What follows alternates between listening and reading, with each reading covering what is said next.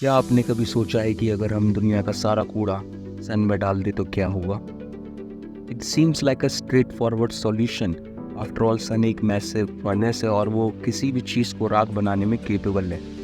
धरती के कचरे को सन में डालना सुनने में अच्छा विचार लग सकता है, लेकिन ये इतना आसान नहीं है जितना लगता है।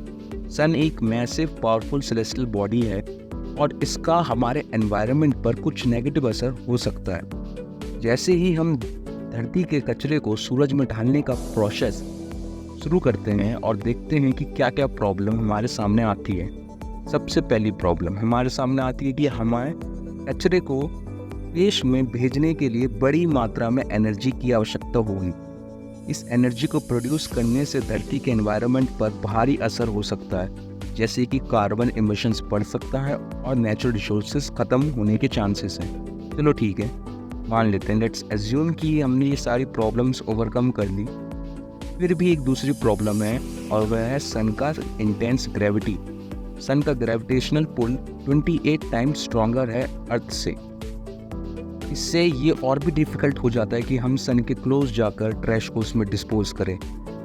सूरज की इमेंस ग्रेविटेशनल फोर्स से हमें इतनी बड़ी मात्रा में फ्यूल और रिसोर्सेज की ज़रूरत होगी। कचरे को सन में भेजना एनर्जी और रिसोर्सेज को वेस्ट करना होगा। इतने एक्सट्रीम मेजर्स उठाने की बजाय we should focus on reducing, reusing and recycling our waste here on earth. इससे हम एनवायरनमेंट पर इम्पैक्ट को मिनिमाइज कर सकते हैं और फ्यूचर जनरेशन के लिए इस प्लैनेट को प्रिजर्व कर सकते हैं। तो इस आइडिया को रहने देते हैं और एक साथ काम करके बिल्ड करते हैं एक sustainable future right here on our beautiful planet. याद रखिए, एवरी स्मॉल एक्शन काउंट्स। तो थोड़ा रिस्पॉन्सिबल बनते हैं हमारे अर्थ के लिए and make a difference for a cleaner and greener future.